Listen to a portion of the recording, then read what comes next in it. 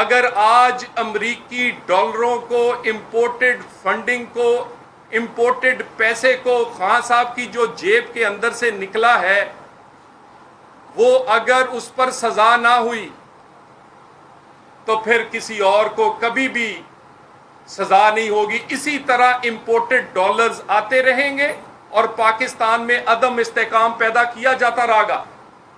ان imported ڈالروں نے کام کیا دکھایا ہے؟ صرف 2013 اور 18 کا الیکشن نہیں لڑا آپ نے، دھرنا بھی اسی سے دیا ہے، سی پیک بھی اسی سے روکا ہے، اپنے نجائز کیس بھی اسی پیسے کے بل بوتے پر آپ نے ان پر فیصلے آج تک ہونے نہیں دیے۔ آپ کا جہاز، آپ کا کچن، آپ کی بہن کے فلیٹ، وہ جو سلائی مشینوں کے نام پر بنے ہیں، سارے کے سارے اسی امپورٹڈ ڈالر سے بنے۔ ہمیں انصاف چاہیے۔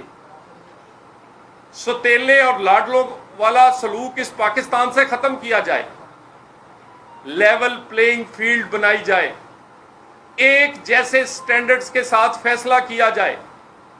کسی کے لیے تو دن رات تاریخیں اور دوسرے کے لیے دن رات سٹے، کسی کے لیے نگران جج، اور پاکستان کی طاقتور ترین جے آئی ٹیز، اور جب اس میں سے بھی کچھ نہ ملے تو پھر آپ ججز کو بلیک میل کر کے فیصلے لیے جائیں۔